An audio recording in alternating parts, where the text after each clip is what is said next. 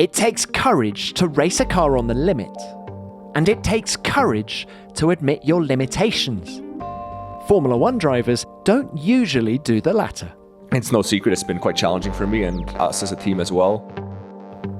Those who perform at the pinnacle of motorsport don't often describe why they can't keep up with their closest rivals, their teammates. He's able to take a far more unstable car than I can, and that's to his credit. I mean, he just has a much better feel of what the car is doing when it's over the limits. I was just never able to get that feeling with the Williams car. It's as simple as that. This is Nicholas Latifi, preparing to leave Formula One for the time being at least, and he's ready to open up. I definitely don't think I'm going to feel bitter about it. And I don't feel bitter about it. That's the reality. At the end of the day, it's a performance-based industry, and I just didn't get enough consistent performances. Some in my control, some things out of my control, but that's motorsport. That's the same for everybody. Welcome to F1 Beyond the Grid with me, Tom Clarkson. In this high-pressure, win-or-nothing sport, it takes bravery to be as honest as Nicholas Latifi as he reflects on 3 tough seasons and the fact that he won't be on the grid in 2023. Some of his struggles, he says, were caused by the Williams cars, and he explains in intricate detail why he's found them so difficult to drive. But he gives credit to his team for supporting him and to his teammates George Russell and Alex Albon for outperforming him. He's also full of praise for Nyck De Vries when he talks about their one weekend as Williams colleagues. That race at Monza saw De Vries seal a place in Formula One for 2023, and it may have spelled the end for Latifi. As thoughts turn to Abu Dhabi and his final Grand Prix for now, he remembers his blameless part in the 2021 title finale and what happened afterwards. What happens next? Well, Nicky's honest about his prospects. He won races in Formula 2, but could only show glimpses of his talent in Formula 1. Listening to him, you get the sense that this courageous competitor can find his way back to the top of a podium one day. I hope he does, and I hope you enjoy our conversation.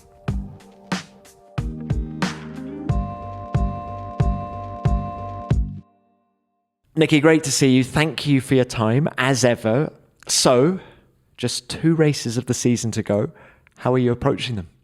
Yeah, the season's gone by very, very quickly, and especially since hearing the news that I won't be continuing along next year, for sure. Just been wanting to finish off all the races before the end of the season on as high a note as possible. And yeah, with 2 races left, it's feels like it's very quickly flying by this last part of the season. And looking ahead to Brazil and Abu Dhabi, I guess, those goals don't change. It's just wanting to end, let's say, my chapter in Formula One, and as well this chapter with Williams, who I've been with for 3 years, on the best note possible. Is it getting emotional?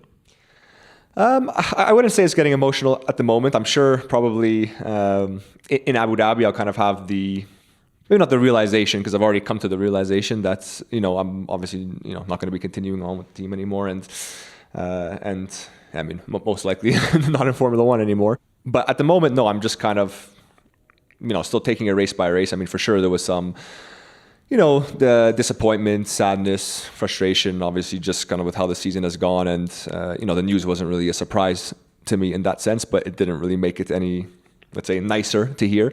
But yeah, I mean, I would expect come Abu Dhabi, and probably once the checkered flag in Abu Dhabi drops, there'll for sure probably be a bit more of a, not going to say flooding of emotions. I mean, maybe there will be, but just the kind of like, okay, this chapter is closed now, onto what's next. And do you feel like you're living each F1 experience even more intensely than normal? Every time you get into the car now, you're just trying to relish every minute. Yeah, I mean, I've definitely been trying to have more of that approach in the past few races. Although it's not been obviously the easiest position to be in, this year with the performance of the car, and even the previous 2 years, fighting around, say, towards the tail end of the field, not exactly where we want to be fighting, both me personally, but even as a team. It's still, I think, important to take that step back every now and then and kind of gain a bit of perspective on, I'm not necessarily fighting what I hoped to be fighting for, and again, that goes for the team as well, but I did still arrive in Formula One. I did still achieve, let's say, one of my big goals. Clearly, I didn't achieve all of my big goals. And, I got to live live a few years of a life that I know many drivers would kill to be in that position. So for sure, when I step back on that, I'm grateful for that, and I know how privileged of a position I have been in to be in that position. But yeah, now coming to the end, as I said, it's just trying to reflect on that a little bit more, and if that helps me to not sweat the small stuff as much. And when I say not sweat the small stuff, there's a lot of big stuff to sweat in Formula One, especially for our position, and just try not to let probably things that would have bugged me a little bit more or frustrated me a little bit more, just like, well, you know what, in some ways it doesn't really matter anymore. And not to say that it's the effort and the motivation is not there, because for sure I want to end on a highest note as possible, but I know I'm not continuing on anymore, so I'm not having any extra anger or frustration when a result doesn't go as well as I had hoped it to be, because in the end, whether I win a race in the next two races or finish out of the points and towards the back in the next two races, it's not really going to change anything for my F1 career. Has your attitude towards Formula One and maybe the sport in general changed since the announcement that you're not continuing with Williams? That's a good question. I think since the announcement itself, no. But I could be honest and say there's probably been a little shift in feelings towards everything, just with how the past years have gone. I mean, it's no secret it's been quite challenging for me, and again, us as a team as well. Not fighting for the positions we want to be. I mean, at the end of the day, I'm a competitor. I'm a very competitive person in anything I do, and it's not nice to obviously be showing up each weekend, as it is for all the other team members, all the mechanics, all the engineers, the hospitality, marketing members, everyone is showing up, and unless a lot of things fall your way, even if you operate at 200% and nail everything out of the park, you're still not guaranteed to get a result that's, let's say, befitting of that effort that is being put in. And obviously that's part of the reality of F1, and there's a lot of work that I think still needs to go down back at the factory to provide a more competitive package to the race team. And again, the race team is not perfect. I'm not perfect. There's still a lot of areas to improve, for sure. But when you are going in at such a disadvantage, it's very easy to look like you're not doing a good job, when in reality you can be doing a phenomenal job, and maybe even relatively speaking, you could be doing a better job than some other teams, finishing in the points, finishing on the podium, finishing on winning the races. But just because they have that competitive advantage of a quicker car, it's whether they maybe they had the potential to win the race by 60 seconds and they only won it by 20 seconds. Like, you don't know it just because they've won the race. It's like, oh, they've maximized. So that's the situation that we're in, and for sure it's not always the most motivating. You have to try and dig inwardly to find that motivation to still show up and give that maximum effort, even when you're not fighting for those positions. Nicky, you won races in Formula 2. You finished second in the championship in 2019. I'm quite interested in this whole getting used to not winning in Formula 1. I mean, how quickly did the shine of just being in Formula 1 wear off? I mean, let's say when I signed to be a Formula 1 driver back at the end of 2019, I knew firstly what the reality of F1 was. I mean, I was very aware of the reality of what F1 could be, like way before I was in F1. The disparity between the cars and whatnot, and for sure joining Williams, which at the time had probably the most difficult year in history. Obviously with not the most competitive car. Obviously it was George and Robert at the time driving, and they there was I was the reserve driver at the time, so I was aware of the big struggles there, but. I still knew I was achieving my dream, let's say, of becoming a Formula One driver, and I wouldn't say the allure of that was kind of overriding everything, because to be honest, I never wanted to be in Formula One just to be driving around in the show and try and gain some popularity and fame, if you will. I mean, I wanted to get to Formula One just because I obviously enjoyed racing Formula cars. I enjoyed the competitive aspect of it. This was the pinnacle for me. Motorsport still is the pinnacle of motorsport, and I wanted to compete with the best. But then, for sure, once you kind of get used to the Formula One life, which I would say that the first year was very different because of COVID and everything, so maybe it wasn't the full experience of, as you said, the allure of F1. But then going into the second year, once COVID started to wear off, if you will, and the fans started coming back in, and I started to, let's say, experience a bit more what being a Formula One driver was like, let's say for the good and for the, let's say, not so good aspects. And for sure, then coming into this year as a third year, let's say, driving ultimately in a package that wasn't as competitive as we had all hoped. At some point, it does start to become a little more frustrating for sure. I mean, I would have loved to have stayed with the team long term. I've made that clear before. I would have been happy to stay with Williams and continue and try and build with them. And obviously, coming into this year, there was that big hope that there was going to be a step. The rules and regulations were going to provide a reset, and it was going to be a little bit better. In the end, unfortunately, it seemed like we took a step back this year, and a lot of our direct competitors took a big step forward. So it was definitely, let's say maybe a bit of a shock because we didn't expect that. We knew we were going to be stuck with this kind of for most of the year once we kind of really understood the limitations we had and what was going to be possible for upgrades and whatnot. I mean, in the end, we only brought one big upgrade all year. There was little things here and there, but I wouldn't really consider them upgrades. And that, was kind of all the focus put on next year.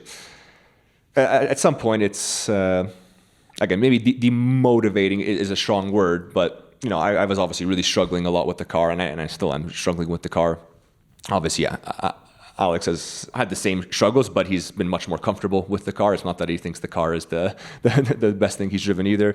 Even with the cars last year, George, and I think it's fair to say he always felt a little bit more comfortable driving those. And when things fell a bit more my way, and I had the confidence I needed, I could be as quick as either of them, let's say, with the respective things, but they were just able to extract that performance more consistently. And you can say arguably that maybe it exposed a weakness of mine, a weak spot of mine. In a way, maybe similar to, I was reading an interview from Ricciardo the other week, and he was obviously being quite open about his struggles and relative to Lando. And every driver will have a specific feeling they like to get from the car to drive fast.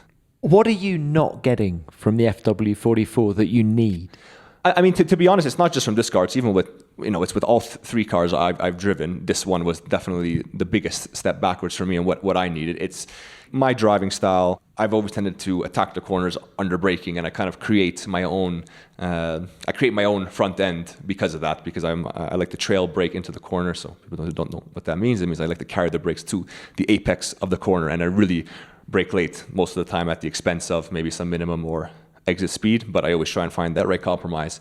So because I create my own front end, I often need a stable car on the entries of the corner, whereas the Williams has never been stable on entry. And then to top it off, to make it even worse, our car is very weak at, let's say, combining steering and braking, which everyone up and down the paddock will do because you always combine a bit of steering and braking. But for our car, as soon as you start to do that, it's almost instantaneous how quickly you lock up the front wheels. And again, there's only a few drivers who have driven the Williams cars in the past 3 years that could say just how off-putting that is. There's obviously George, Robert, Alex, obviously, and the drivers who have stepped in for FP1s and whatnot. And the thing is, you don't even have to have driven another Formula One car to compare, because it's just what feels natural for a racing car. When you look at the data of someone like Alex Albon in this year's car, what's he doing differently? He's able to take a far more unstable car than I can, and that's to his credit. I mean, he just has a much better feel of what the car is doing when it's over the limit, and he's happy to play with it on that limit, and he's happy to go over the limit much more and much bigger snaps, to the point where it's like, well, if I'm feeling the way I feel with the car, that unpredictability, if I did that, well, I'd probably be off the track. And again, that's credit to him. So. And I do feel in a way George was similar. It's just the car was slightly more together in the previous 2 years, which is why I was obviously relatively closer to George than I was to Alex. But so again, arguably you could say my window of, let's say, where I like the car to be is maybe not as broad as what a guy like Alex or a guy like George can take. I was just never able to get that feeling with the Williams car. It's as simple as that. And when you were successful in Formula 2, you were able to drive those cars like that? Yes, there was. I mean, it's not to say that I always had a car in Formula 2 that was perfect, because no one will ever say that the car's never perfect. But for sure, much more in line of at least feeling comfortable and confident and being able to predict what the car is going to do. Because that was another aspect. It wasn't just struggling with what the car was doing and it not being to my liking. It was then also the predictability of it, which then added even an extra element. So it wasn't in line with, and has not been in line with, what I instinctively like from a car to go quick, which again, you could say is just in a smaller range. But then being able to predict it and getting caught off guard with, okay, I'm positive it's going to understeer here, and then no, big snap of oversteer, or vice versa. The car's going to over rotate here, and then I get a big front lock all of a sudden. And it could just vary so much from, often I've been caught out so much in qualifying with, every single lap in practice, it does one thing in one corner, whether it's front locking. Come to the lap that matters in qualifying, and I get rear lock like someone pulls the handbrake. It's like, well, where did that come from? Or again, the complete could be just understeer, and then bam, big snap of oversteer on the lap that matters. And that's just the knife edge and that fine line that, arguably all the drivers have to deal with. But it is an extremely peaky car, and that's also created, these wind sensitivity issues and whatnot that we speak about. So it is a very difficult car to not make mistakes in. Obviously even harder when the track conditions, wind and whatnot play a part. I'm interested that you mentioned Daniel Ricciardo's problems this year, because do you think there are parallels to be made between the two of you, and in the way that the McLaren management talk about how they exhausted every possibility with him in terms of improving his performance? That's when they decided to pull the plug. And was it a similar experience for you at Williams? Do you feel that you had good dialogue with the management and you tried everything to try and improve the car, and as a result, when the news came between Monza and Singapore, ultimately both sides were expecting it? Is that what happened? Yeah, so I would say when it was clear very early on about the struggles that I was having with the car this year, we obviously did a lot of work behind the scenes, first at the factory, on the simulator, speaking with the engineers, and obviously, which is the best opportunity to train, being at the track driving, to try and, improve this feeling. But yeah, it never really amounted to what I had hoped, but it wasn't for a lack of effort. It wasn't for a lack of trying. I just was never able to get that feeling. And yeah, I know I did have the support of the team for sure. The inherent issues that were giving me problems with, the balance and not suiting my driving style, there's not really much we would have been able to do to change that. So you're just always trying to find the best compromise to live with. Okay, does this make this a little bit better? It's going to make something worse for sure, because that's the thing. It's always a compromise. I don't think you're the only driver suffering from this. When you look at the problems Mercedes have had this year, and I think pretty much every team apart from Red Bull seems to have had issues with the new cars. I wonder whether it's similar issues to you. Yeah, for sure this year, the new philosophy of cars and the new regulations in general, it's created a lot for teams to get on top of, a lot to learn, and obviously to learn at a very quick rate. Arguably, I think, solving the balance of the car in a lot of situations this year would have amounted to much stronger results and potentially a few more points every now and then, just because there's lap time in that just as much as there is on finding outright downforce. The howl of the world's most efficient hybrid engines, the speed and the roar of the crowd. Formula One is our passion. It's the fastest sport on earth, but off track, there's another race, the one against climate change. Santander and Formula One are convinced that together we can win, with more sustainable racing, transport and logistics. And that's why we're introducing Santander X Global Challenge Countdown to Zero. Countdown to Zero is a global competition for startups and scale-ups looking for solutions that help the motorsport world become a more sustainable place.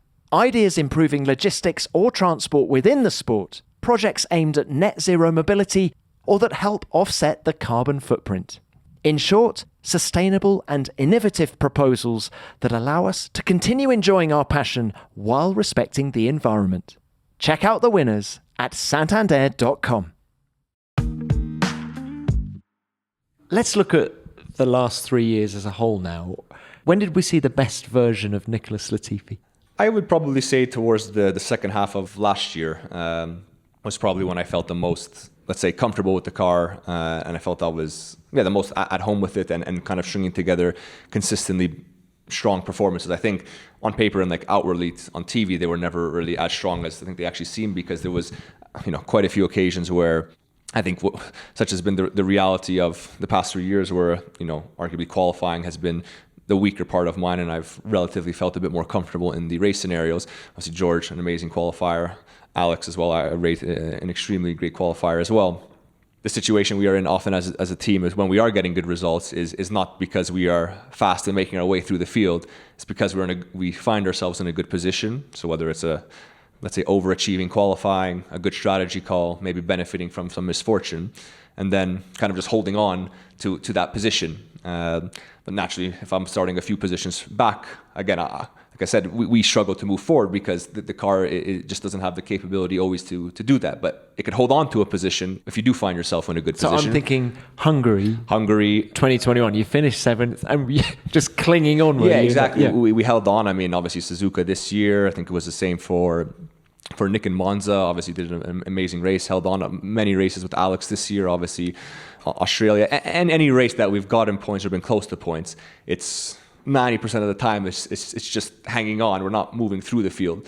That second half of the year, although maybe the 2021, although the results maybe on paper were not great, I mean, there was a lot of qualifyings where there was just a lot of really bad luck. And in reality, which again, I could say this confidently, now, obviously the qualifying record against George was, massively in his favor, but I would have been ahead of him on quite a few more occasions than I actually showed from it. Sometimes there was some engine problems, some issues with traffic and just being kind of in the wrong place on track, but like things that were kind of, in a way, some in our control, some out of our control, but let's say not directly in my control. But when you looked at the data afterwards, like, okay, well, this didn't go our way. That, with how close it was, I would have been ahead, or at least I would have progressed into Q2, because often it was always, within sometimes 10th and a half, 2 tenths, less than a tenth to George, and it would be the difference between him getting through to Q2, and then he would build on that and then get an amazing qualifying, whereas then I'm knocked out of Q1, and then obviously, you don't have the chance to continue along.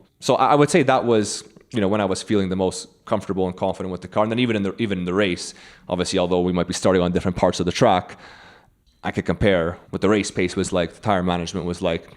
And that's when I felt in the best window, because we were always, I think, very, let's say, more closely matched than it seemed on TV. I don't know if we can call it a purple patch, but those points finishes in Hungary and Spa, and the confidence that I guess came with that, did that help you as well? Yeah, I think naturally it's always going to be a nice boost. I think spoken about Hungary many times, and for sure the first points of this of F1 in my career, it was the first points of the team of that season, and first points for a while, obviously, and it was a double points finish, and obviously what those points kind of meant for obviously the Constructors' Championship in hindsight for what it did at the end of the year, it was extremely great. And then obviously going into Spa after the summer break, and what I would say is it was arguably my first real opportunity to drive the car in like proper wet conditions. I think looking back in Austria, we had a wet qualifying, but that was tricky. That was like obviously full wet tires, couldn't really see much. And that was the first time I had driven an F1 car in the rain. And then we had Turkey, which that year with that tarmac, that wasn't driving in the rain. That was driving. Yeah, exactly. That was something else. This session in Spa in qualifying was the only other time it had rained that year. And obviously I think I did, obviously George did an amazing job clearly with that front row start. And I got through to Q2. And that was quite a good qualifying for me. And then, okay, we all know what happened with the race that didn't unfold.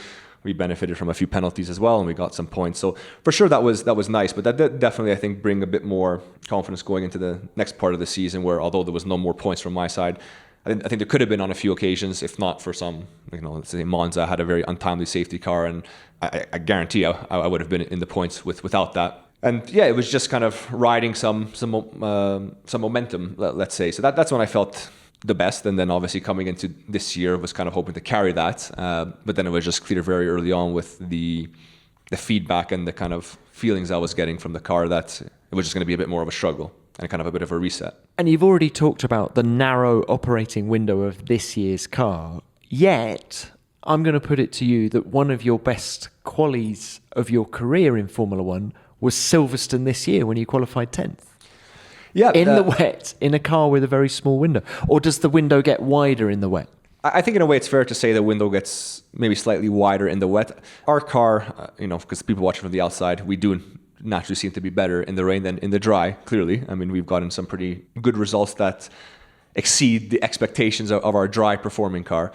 But our car doesn't become better in the wet all of a sudden. You know, a very difficult car to drive in the dry is still a very difficult car to drive in the wet. And arguably, I find all of the characteristics that make the car so difficult to drive in the dry are amplified in the wet. And you can say that's the same for everybody. So it is still very tricky, but let's say it does create more opportunity because there's so many more variables. Is, you know, the tires is everything. Is how you get the tires to work and whether you can actually switch them on and get them to work. So I think the difference between sometimes us, you know, having an amazing result in the wet and outperforming cars that we shouldn't be outperforming, it's obviously a combination of us doing a great job, obviously the drivers doing a great job and getting a good lap in, and maybe the other teams not getting it spot on as well. So I mean, I could say that's, you know, that was the case for probably Silverstone, that, you know, getting through the Q3 was amazing, but in reality that weekend I didn't even have the upgrade that weekend. I was still in the 10th slowest car,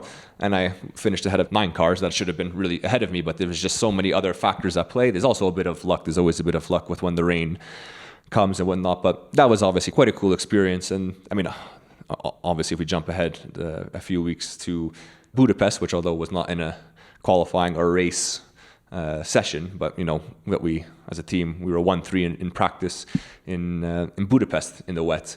For me, that was a very clear example, as well as us doing something, you know, clearly great with the car, and obviously for sure as drivers, because we still have to drive the car around. But, you know, when I'd watch the onboards back of other cars, and I'd watch the onboards of a top team, and I could say, well, they, for one, they look like they actually have less grip than we do. But you would think, well, how is that possible? They have, you know, hundreds of points more downforce than we do. You know, they should be able to switch the tires on and whatnot. But there is, let's say, that window does widen and it does create more opportunities. And the thing about that one in particular, you know, everyone was on track at the same time. So it wasn't it's free practice. We're not gonna drive the car. We don't want to damage it before qualifying. I mean, everyone was on track at the exact same time. There's maybe 2 cars who were not on track. So it was a legitimate thing. You know, realistically, if it wasn't the qualifying, again, you never know what people are doing or doing their fuel loads or engine modes. But with that performance, I think it would have been safe to say we would have, not easily, but it would have been very safe assumption that we would have gotten through the Q3 for sure. So it was obviously interesting and in a way puzzling to see these discrepancies of, you know, why are we so much more competitive sometimes in the wet than we are in the dry, and sometimes we are just not competitive in the wet as well. I mean, that's also the case, but more rarely. So it's an interesting one. How do you think you've changed as a driver in the last 3 years? I think the biggest thing that I know I could take, which for sure is not at a point where I said, okay, that's enough. You know, you're good enough there. But I think one thing that I can say that for sure has made me a better driver is having to drive a difficult car for 3 years. It does make you a more robust driver. It does. Is there a little bit of you that would just love to drive this year's Red Bull, for example, just to see what you've been missing? I mean, for sure I would be lying if I think any driver would be lying if they said they didn't want to drive the top car. But it obviously would be, let's say, I would jump at the opportunity to just drive a car that's competitive enough to just be in the midfield fight consistently. Because, you know, obviously we have been able to fight with cars every now and then. Maybe that's just for a few laps. Maybe that's not every race. It's only a handful of races. And again, that's just the reality of the situation we're in. But just to at least be in the fight with the midfield more consistently. I mean, obviously the 3 teams ahead of us is us, Haas, AlphaTauri and Aston Martin, I believe. And then there's quite a gap to the next ones. You know, some races they're way out of the points fight. Some races they're in it, but they're kind of always around this similar cars racing. And just that aspect I would have loved to experience more in F1, because at the end of the day, I'm a racer. I love to race. And that's, you know, for sure something that I haven't had, unfortunately, the opportunity to do so much, you know, partly from me not being able to get as much out of the car, but irrespective of that, the car has just not always been capable of that. So it's, that's one of the things I will have been a bit disappointed to not get the opportunity to. I think every driver for sure will say they never had a car to finish on the podium or to win, but just to at least be in more of that competitive fight, you know, that would have been at least a nice first step for me. What about Williams? You've been there, you know, when it was run by Claire and owned by the family. You've been through the transition to Doralton. How has Williams changed under Doralton's ownership? Yeah, it really has changed quite a lot, and still continuing to change, and I think there will still continue to be change for the coming years. When I joined the team, obviously, so first year 2020, it was not a normal year, and let's say I never really got to fully get the true experience of what everything was like under the ownership and management of the Williams family. I mean, for sure, the beginning of the year, the preseason in 2020, the factory, the preparations, but there was so much that was new to me, and I was learning. I was just kind of focusing on my job and my role, and just to try and be as prepared as possible. Then obviously COVID hit, and let's say everything at the factory, like all that changed. I was only within a specific part with my engineers. We weren't mixing with the other people. Obviously, there wasn't, the offices were completely empty for the most part. So let's say how things were truly run back then, I can honestly say I never got to fully see that and experience that. But obviously with the transition, with Doralton taking over, there started to be for sure quite a lot of big changes, structural changes, management changes, new people coming in, a lot of people leaving or being replaced. I mean, it's just the reality of what happens sometimes with new ownership. And yeah, there's been it's been a very long process and a very long journey. Unfortunately, a very slow one, but I think that's, again, in F1, so many things take time. It would be great if we could say, well, this is a problem, within a week, fix it, but it's not always the case. And it's been a continuing journey of trying to improve that. So, obviously, with Joost coming in, I think it's been great being able to work with him. I've always had a very nice open dialogue with him, and him likewise back to me about, let's say, me and my performances, as well the team, where he sees they need to improve, and as well me giving my feedback on, I think this still needs to change, this needs to improve if the team really wants to take the next step up. So there is still a lot of changes. It is still a very long process. I think coming from the position the team was in, it would have been, let's say, very naive to say, okay, in 3 years we want to be, top 5 in the championship or something like that, because we really were starting from a very weak point. But it's been a constant evolution, and I guess I'm a bit disappointed that I won't be able to continue along with that journey, because I do have confidence, and I do think they will continue to make steps, whether that's going to start with a big step next year or still very small incremental steps. I think they will get closer to the fight. And for sure, it's disappointing to not be along for that journey, especially having been, 3 years with them when it's been arguably the most difficult. There's no doubt that you've had very good teammates. Do you feel the team has been loaded a little bit more in their direction than yours? The reason I ask that is we had Jan Magnussen on the show last week, and he was saying that when he was Rubens Barrichello's teammate at Stewart, in hindsight, he really wished he'd shouted a bit louder because he felt the whole focus was on Rubens's car. Is there an element of that with you? It's a tricky one, because let's say, in the past, let's say if I speak specifically about my time with George, and wouldn't necessarily say that. I think it's, I could safely say that I think the team always felt that George was the reference, which I think is fair enough, because in reality, I could say he was the reference. He was on average quicker than me in qualifying, and more often than not finishing ahead in the race. So, he was the one that I had to try and match or try to beat. But I didn't necessarily feel that there was ever any favoritism in terms of, I was going to say, well, in the first 2 years, there wasn't really a lot of big and a consistent flow of upgrades and parts coming. So it's not that it was always, everything on George. No, we would, if there was only certain parts available and only in a certain amount of quantity, we'd alternate them on a race-by-race basis. I think every team does that. Coming into this year, again, for the most part, I could say a bit the same thing, that although it was not clear exactly where we were going to be as a team, and obviously how Alex and I were going to stack up against each other, he clearly seemed much more comfortable and to be the quicker one. So I think at some point as well, the focus did maybe shift to him being as the reference, which was fair enough. I really, really struggled at a lot of points. There was, some conversations and some times where, again, the position we were in, which I accepted it as well, is when there was only limited parts available, whether it wasn't even potentially what you would say an upgrade, maybe it was just a weight-saving part, which is still lap time.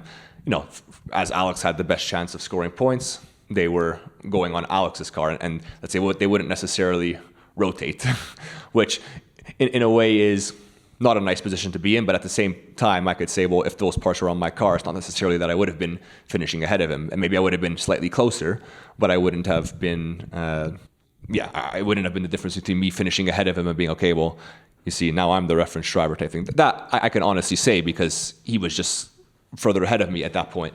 But there was often times when, there was obviously big differences between the cars. I think the most noticeable one is when he had obviously the upgrade for 2 races and I didn't, which again, that's just the reality of the team wasn't able to produce two. The thing is, it's not even 2 full sets because you need enough for backup. So it's really 3 or 4 full sets of the upgrade. But that I think was, let's say, a more outwardly communicated one. But going back towards the beginning of the year, I could give one race, for example, where again, I won't say what the difference in the cars were, but in Miami, I had a car that on paper was 4 or 5 tenths a lap slower for various reasons.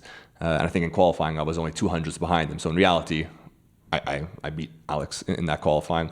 Obviously, it's not outwardly communicated to everyone, but there has been a lot of instances where, for little things, again, like I said, whether it be weight-saving parts or a new development part to try, it's not always alternated, but that's not, I can sit here honestly and say that's not the difference of why I'm sitting where I am now. It's, ultimately I still struggled to get on top of the car, and that's the reality of it. And the position of the team being that we were in, if there was a chance to score points, the difference between me having an extra tenth at various points and Alex having an extra tenth, it was obviously more realistic that he was going to get points and not me. Have you signed up for an online subscription recently? Do you actually use it? It can be hard to keep track. You might be wasting cash. This episode is sponsored by Rocket Money. It's a great app which gets rid of those subscriptions you no longer use, and it's one for you in the US. 80% of us have subscriptions we've forgotten about. You might have an account for an online store you don't buy things from, or a TV service you no longer watch. There might be things you've forgotten you ever signed up for. And if that sounds familiar, give Rocket Money a try. You might have heard of Rocket Money. It used to be called Truebill. Rocket Money helps me track all of my expenses, and it means I'm not wasting money on subscriptions I don't even use. Here's a question for you. Do you know how much your subscriptions really cost? Most Americans think they spend about $80 a month on subscriptions, when the actual total is more like $200, a huge difference and a huge waste of money.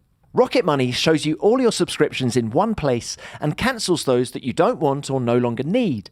It can even find subscriptions you didn't know you were paying for. You may even find out you've been double charged for a subscription. To cancel a subscription, all you have to do is press cancel, and Rocket Money takes care of the rest. So get rid of useless subscriptions with Rocket Money now. Go to rocketmoney.com/grid. Seriously, it could save you hundreds per year. That's rocketmoney.com/grid. Cancel your unnecessary subscriptions right now at rocketmoney.com/grid. Which of those two guys has impressed you the most, George Russell or Alex Albon?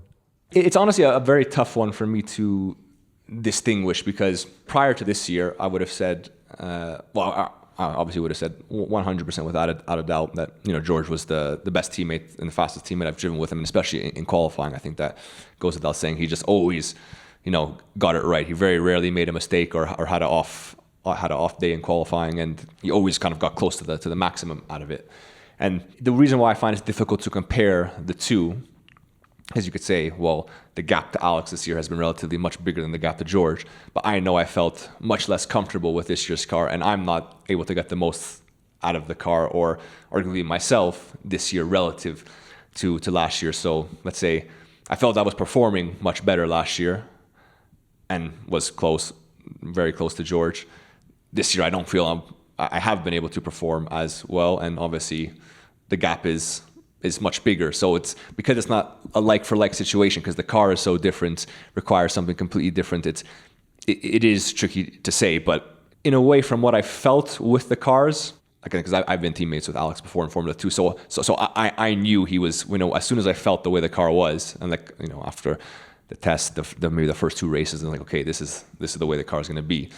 I already knew Alex was going to have less of a problem with it, because I knew the way he liked to drive. I knew his driving style. I knew his strengths. I knew his weaknesses. And again, I would still arguably say that George would have had less issues with it too. But let's say this year's car is just far more extreme in the difficulties I've been having with it and to get on top of than the previous years. So I guess to go back to the question, I can't really say one or the other because it's just been a completely different scenario. Has Alex evolved and developed as a driver from when you were in Formula 2 together? 100% he has, and he would even say 100% he has. I think his experience in F1 and different teams for sure has helped him. And you know, I think he's spoken in the media about it quite a lot. But I think even his year on the sidelines with Red Bull in a way, arguably contributed in a different way to his development as a driver, just because obviously he was able to have a different perspective of it. So, I mean, even I could say I for sure evolved a lot as a driver since 2019. I mean, I hope I would have become a better driver since then. I mean, I probably would have struggled more if I jumped into this car from 2019. Which is still not great because it's still not where I want it to be. But you know, for sure, year on year, everyone's learning, and I think he definitely says he's become a more robust driver. Just one more teammate I did want to ask you about, and that's Nyck De Vries, Monza. How impressed were you by him? And equally, how difficult a weekend was that for you? Because I think for us observing in the paddock, it certainly was billed as a bit of a shootout between the two of you. And how difficult was that for you? I mean, in reality, I never really saw it as a shootout, to be honest. I mean, up until, let's say, the whole Friday with Alex driving, I mean, I was still massively struggling with the same kind of issues that I've been struggling with all year. And then, yeah, obviously Saturday morning we found out, I guess most of the team all found out together, but obviously then Nyck was going to be driving. And, you know, for sure I'd be lying if I didn't say, well, you know, I have everything to lose here and Nyck has everything to gain. I mean, that's, I think, the reality of it, because if in the end, if Nyck ends up being a second or half a second off me, well, no one's going to think anything of it. And the closer he is, or finishing ahead of me, then it's only gonna look better for him. But no, I mean, I was extremely impressed with what Nyck did. I mean, I have a lot of respect for him. I mean, obviously he was the one who beat me in the championship in Formula 2 in 2019. He's obviously a Formula E champion. He's an extremely quick driver, and for sure, I think I even said in 2019 that he definitely deserved a shot to be on the grid. So for sure, I'm very happy for him that he's found that. But yeah, the weekend as a whole, I mean, it was kind of one of those where everything went wrong for me for many reasons. I mean, a lot of stuff in my control, some out of my control, and then it just kind of made everything seem that bit worse. So, like, for example, in qualifying, I didn't end up doing my lap on my second set of tires because I ended up blocking in the first corner. So again, my mistake, driver error. But again, we were having issues with the brakes the whole weekend, and on a track like that, so I didn't get a lap in, and in the end we were 100 separate difference between him getting through the Q2 and me not. So again, that was quite frustrating. And then the race, obviously, we both started at the front. We both benefited from a lot of penalties, and arguably that was the track where we probably had the most relative competitiveness, just because of our cars. I'd say, I'm not going to say our car's strengths, because we are very quick in the straight line, but the reason we are very quick in the straight line is because we don't make a lot of downforce. That's the reality of it. I mean, you can see it the other way, but that downforce does something in the corners, right? It's lap time. So that was always going to be the track where we were going to have the best shot at getting another points finish, second to, let's say, Spa, where Alex did. And yeah, we both benefited from a lot of penalties, which was great. And as I was kind of mentioning earlier, when we do get points, we get in a good position and we just hold on. We don't move forward. We hold on. And I went backwards at the start right away. I just got very unlucky. I got sandwiched between a few cars and tried to avoid some front wing damage, and I dropped back like 5-6 positions. And from then, my race was over. I was never going to be able to again overtake cars and then go back into the points. And obviously, Nyck did a fantastic job. He had a clean start, which I think was very difficult to do in these cars in your first race. And then he managed the tires well. He did an amazing race, and I guess he ended up finishing pretty much exactly where, I think he lost one position. There was obviously some quick cars coming through. He kind of finished where he started. So that is how I expected the race to go for, let's say, both of us, or at least one of us, because again, realistically, it's not very often you get both cars, both Williams finishing in the points. So yeah, it was extremely impressive because, it's like the car, as I said, relatively was more competitive there, but still, as I said, a difficult car to drive. I think I saw on social media, but like afterwards, like I was obviously frustrated with my own race, and people kind of misinterpreting like what I was saying. Like, I'm obviously frustrated with my own race, and I'm obviously getting a microphone stuck in my face right after, which no one really appreciates. And I was obviously, let's say, being a bit annoyed with the issues we were having to deal with the car, and I think people mistook a lot my frustration the wrong way for how just poor my own race was. But for sure, as I said, going back to what Nyck did and accomplished that race, I think it was extremely impressive. I remember following you into the circuit that day. I got in very early on race morning, and I was like, that's Nicky ahead of me. Do you always get into the track really early? I just remember being quite struck by the time that you got in at Monza. We are always. I'm guessing we were half 8. Yeah, I mean, we're always kind of in at the same intervals. I think on race day, Williams drivers are probably always in the earliest. I see. It's for meetings. Is that why you're? It's a function. It's a function of the schedule of how we have and how we structure our meetings, not media stuff. Because if it was media stuff, we'd. But that's another story with where Alex and I always. I think it's fair to say that Williams don't get the most preferential time slots. But most of the time, we're always either the first ones doing a media thing and having to go to the track extremely early, or one of the last ones and have to stay at the track extremely late. I give an example. In Monza, for example, I think this was on Saturday, Alex and I were heading to the track for the F1 media duties, and George was still sitting there in his pajamas having breakfast, and he's like, I'm not going to the track for another 2 hours, guys. He's like, yeah, that's what you get for graduating up to a top team and getting the better time slots. Nicky, there is another couple of topics I wanted to talk to you about, and one of them was Abu Dhabi 2021. Of course, we all know it was a hugely controversial race for many reasons. Your crash triggered the safety car. Now, all racing drivers crash, but this was a very different experience for you.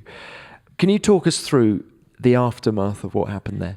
Obviously the incident happened. I was battling with Mick for whatever position, way out of the points. But again, that's really besides the point. And I think that was one of my, let's say, one of the strong points that I wanted to hammer home to all the racing fans or people who are watching that is like, well, in reality, it doesn't matter if I'm racing for P20, P19 points or the podium. I mean, on that day, our car was, only good enough to be racing in those positions. So, if I'm going to be racing, if I'm not going to be racing and trying to get every little thing, well, then, let's say 80% of the races, Williams might as well not show up to the races because we're not racing for points most of the time. So that's obviously a very silly attitude to have. I mean, but that's, let's say, just the perception of the public, and I wouldn't say the true motorsport fans, it's just the people who don't really know much about racing. But there was obviously that aspect, and I crashed. I made a driver mistake, as everyone does every now and then.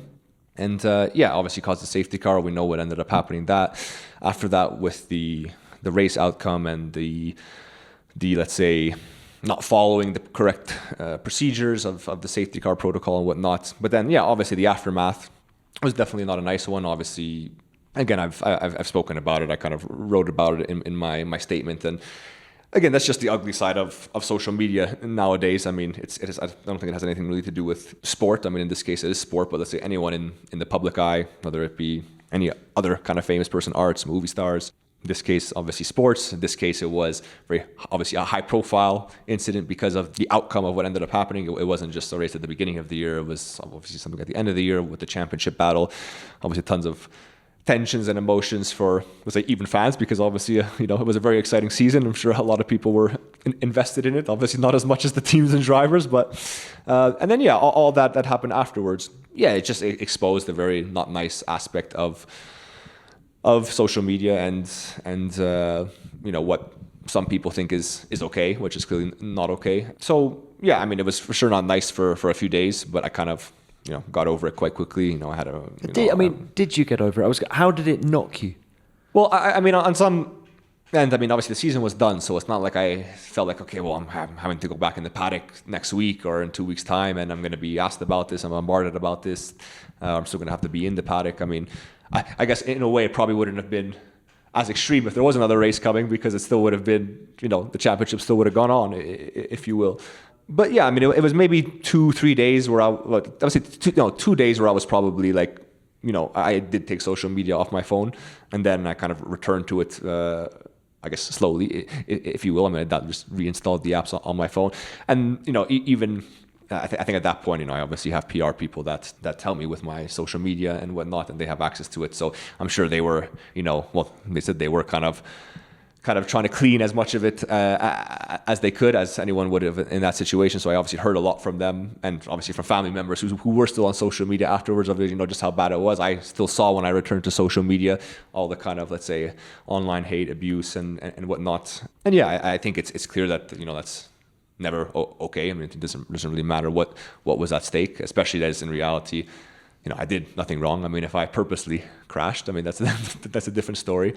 But I was just doing my own race, and that's the reality of F1, where you could have 10 different races going on. It's because you're basically racing in different categories. In a way, I was racing with the Haas, and I just made a mistake, a driver error. I'm not concerned at that point about what's happening up at the front, how many laps are left, is Lewis in the lead, is Max in the lead, who's like, I don't even know what's going on. I'm just in my own race. But yeah, that for me was in the past. It was very much in the past, already coming into this season, and it was just kind of about starting fresh, really. Did it knock your confidence? I wouldn't say it knocked my confidence, because what I could honestly say about this year, because I've seen, I think Joost has said potentially that's was still carrying that a little bit coming into this year, and maybe some other people have said that as well, but which I honestly don't think was the case. There was other aspects to this year that obviously had a knock-on effect on my confidence, and I think the fact that I was really struggling with the car, the fact that I had some other incidents at the beginning of the year with this car, that obviously doesn't help when you're obviously trying to build momentum. You're struggling with the car.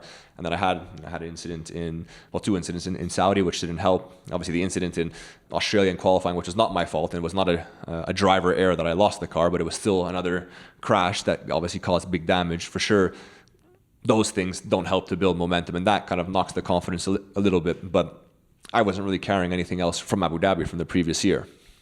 Did Lewis reach out to you after Abu Dhabi? Yes, he did. Yeah, he sent me. I think it was the day of the statement I put out, because obviously that day was quite still sticks out in my mind, not because of Lewis messaging me, but just obviously it was a very positive thing to do, and obviously that statement got a lot of attention and a lot of support from teams, fans, kind of everyone in the motorsport world in general, and probably a lot of people outside.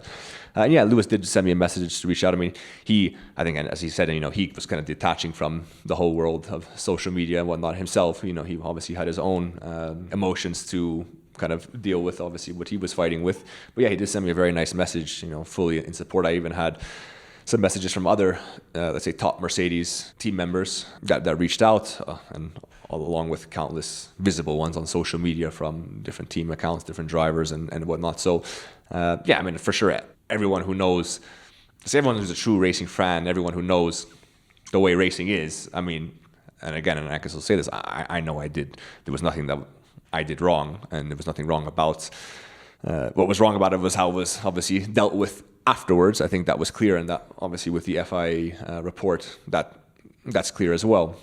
But again, it just highlights the world we live in, the amazing access. I say amazing access because it is amazing, the access that fans have to public figures, because again, it's nothing to do with sport particularly. Again, that has a lot of benefits, but in this case, it was a lot of negatives. Well, I massively admire you for the way you moved on. Now, talking of moving on, let's throw it forward. I think a lot of people listening to this are thinking, well, what's next for Nicholas Latifi? Tell us about the future. Yeah, I mean, at the moment, I'm keeping still all the options open and kind of just evaluating all the options in that sense. I think it's clear that the most obvious route, let's say what seems like the most obvious route to most fans and people from the outside, is obviously making a switch to IndyCar. It's still Formula cars. It's obviously extremely top-level racing. It's a very exciting series. I mean, I could say personally, it's the series I enjoy watching the most outside of F1. When I have an off weekend on F1, I enjoy watching the IndyCar races. I mean, it is obviously very exciting, close racing. It's spec racing, like a big Formula 2 championship, more advanced Formula 2 championship. But there's also other avenues as well. So, I mean, I haven't committed to anything. I mean, if I'm going off a few reports from a week or so ago. I'm already committed and signed the deal, and that's what I'm doing. But that's not the case. Give us the exclusive, Nicky. The exclusive is that's not the case. It was actually quite funny in Austin because so many people, just like fans, like saying, "Oh, congrats on the IndyCar deal! Congrats on the IndyCar deal!"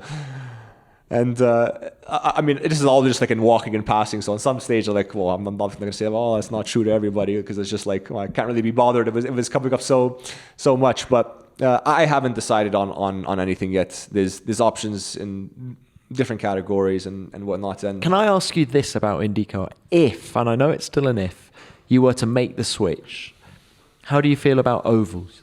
Obviously, being a Formula Car driver racing in Europe, I guess you kind of get molded to the opinion that Formula Car racing on ovals is dangerous, and for sure it is more dangerous than racing on street tracks or road tracks, let's say. And then for sure, if I was to do ovals, I would, be aware that, okay, yeah, this is obviously more dangerous. I mean, there obviously has been some very high-profile incidents, but in recent years, obviously the cars have taken massive steps up in safety, as they always do, just like Formula One does.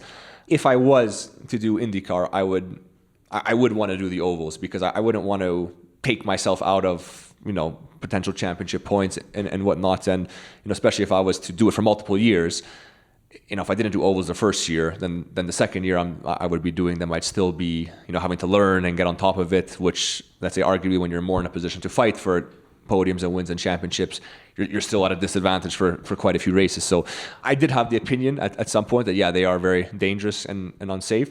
In recent years, less so, but it's definitely something I would want to do. I wouldn't want to do just I think there's only 4 races now anyways that there's ovals, but I definitely want to do all the races. Are you clear in your mind that you want to race next year? You wouldn't look at a third driver role in Formula One, for example? I think the only way I would consider a third driver role is if I saw a realistic way to return to the grid in Formula One, which, speaking bluntly and honestly, I don't see to be the case. Obviously, Alex did that last year, so it shows it's possible. I can't think of any else off the top of my head of other drivers that have done that, but I think he was obviously in maybe a different situation with Red Bull. I mean, arguably Red Bull didn't need to replace him, and they even kind of said, well, it was a very hard decision. We still obviously valued him very highly. It's such that they kept him in the fold, and he was still very much involved. I think it's great that he's back. Alex is back on the grid, because I think he thoroughly deserved to be on the grid. I think I even messaged him when I saw the news how sorry and how bad I felt for him that he wasn't on the grid anymore. But me personally, just to be a reserve driver without any clear path of making a return, it's probably not something I would want to do, because, let's say, being a reserve driver is not what I see as my long-term career. But at the same time, if I can't find something that's suitable for me next year, I mean, whether that might potentially mean taking a year off to put together something better for the coming year. So I guess, like I said at the beginning, all the options are still open. I mean, I'm still young. I'm still 27. I do obviously feel I have some things to offer. So that's not to say that I'm 100% I want to do IndyCar, 100% I want to do endurance racing, 100% I'm not racing or taking a year off. It's not really many more juicy details to give. It's still kind of undecided, and keeping the options open, and just kind of wanting to end these last 2 races off on a high. Well, look, best of luck with whatever comes next. It's been so wonderful just to talk through it all with you since you were last on the show. How much are you going to miss Formula One? There's definitely a lot of aspects that I will miss. I mean, there's also a lot of aspects about it that I won't miss, let's say. I'm definitely not, and I don't feel one of those people who will be bitter about it and whatnot. I mean, in the end, I don't really have any regrets about how I went about my approach in Formula One and the work. I mean, I obviously would have hoped for much more. I think that goes without saying. There's always, I wish I didn't make that mistake in that race or in the qualifying. If only I hooked up that lap. But these aren't regrets. These are just mistakes that, with hindsight, every driver up and down the grid in history will say that. So because of that, I mean, I definitely don't think I'm going to feel bitter about it. And I don't feel bitter about it. That's the reality. At the end of the day, it's a performance-based industry, and I just didn't get enough consistent performances. Some in my control, some things out of my control, but that's motorsport. That's the same for everybody. So what am I going to miss about Formula One? I mean, it's still, in my opinion, the pinnacle of racing. I mean, driving, although as I was speaking earlier in the podcast, driving the Williams car is not the nicest car to drive. It's still a Formula One car. It's still the 10th quickest car in the world to drive, which, let's say, in the grand scheme of racing things is not great. But obviously, when you take a step back and with that perspective, it's not the worst thing.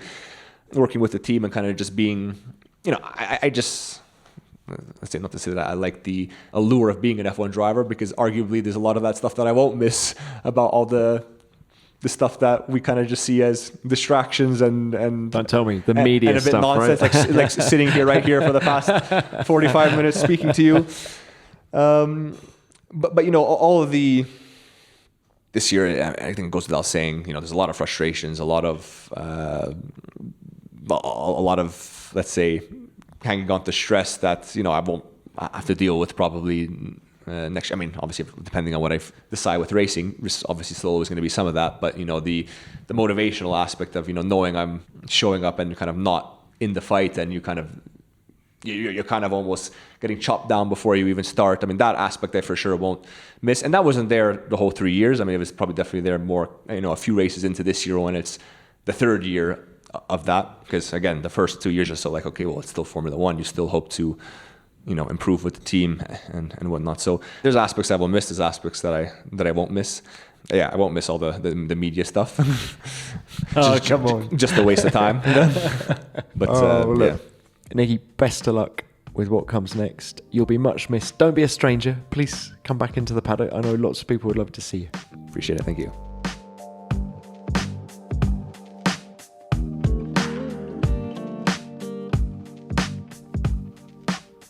I don't think you're the only driver who complains about the media bit of the job, Nicky. I think many of us listening to this will agree that Nicky appeared to find this chat cathartic. After 3 hard years at the top echelon, he wanted to get some things off his chest. And while he never got a car to challenge at the front, there were moments where he impressed a lot. His Q3 lap at Silverstone this year was one such occasion, and his work ethic was always 100%. Just before doing this interview, he'd been on a long run around the streets of Mexico City, and you can't help wondering how much of a step he might have made over the winter had he stayed in Formula One. Nicky, thanks for your time and for your honesty, and good luck in the final 2 races of 2022. Extract the maximum from the car and go out on a high. Now, what are your memories of Nicky? Were you at Silverstone this year to see him claim that Q3 slot? Or perhaps Hungary last year when he scored his first points in Formula One? Let me know by sending in your thoughts to me at Tom Clarkson F1 on Twitter, or use the hashtag F1BeyondTheGrid, and I'll read out a handful of your comments at the end of next week's show. Which of course leads me on to what you sent in about Jan Magnussen after last week. Many of you enjoyed hearing from the Great Dane, and you all respected his honesty. Let's start with this from Jack of a Trade. Loved the Jan Magnussen interview. I saw him at the Formula Ford Festival. I was 10ish, and he was amazing. Overtaking on the outside of Druids is an image that will stay with me forever. I was heartbroken it didn't work out for him in Formula One, and it was great to hear his story. Thanks for your message, and you're not alone in being sad that it didn't work out for Jan in F1. And I love your story about him at Druids. He was such an opportunistic driver, wasn't he? And I just want to add, is there a better combination of corners anywhere in the world than Paddock Hill Bend and Druids at Brands Hatch? Next, let's hear from NYC Joe. What a legendary racing grandpa. Jan's giggles and his straightforward demeanour is so much like K-Mag. His enthusiasm to race with Kevin again puts a smile on my face, and I'm wishing the Magnussens all the best in the Gulf 12 Hours. Thanks, Joe. You're right, Jan is so proud of Kevin, and Kevin has no doubt benefited from his advice. I think they can win the Gulf 12 Hours in that Ferrari. Finally, let's hear from Philip Pegler. What a wonderful conversation with Jan. It was so refreshing to hear such an authentic and genuine character who has so many incredible career achievements. It was also lovely to hear him talk about Kevin and how obviously proud he is of him. Thanks for getting in contact, Philip. And Jan is authentic and genuine, and he can be so proud of his own racing career, even though it didn't work out in Formula One. We'll leave it there for messages this week, but please remember to get in contact about Nicky Latifi in time for next week's show. And if you'd like something else to listen to, why not check out our interviews with Alex Albon, Nyck De Vries, George Russell, and Williams team boss Jos Capito. There are links to those episodes in the description for this one and hundreds more in our back catalogue. Ratings and reviews are very welcome. We read them all. And make sure you're following the podcast so you never miss an episode. Thanks for listening. F1 Beyond the Grid is produced by F1 and Audioboom Studios. Until next time, keep it flat out.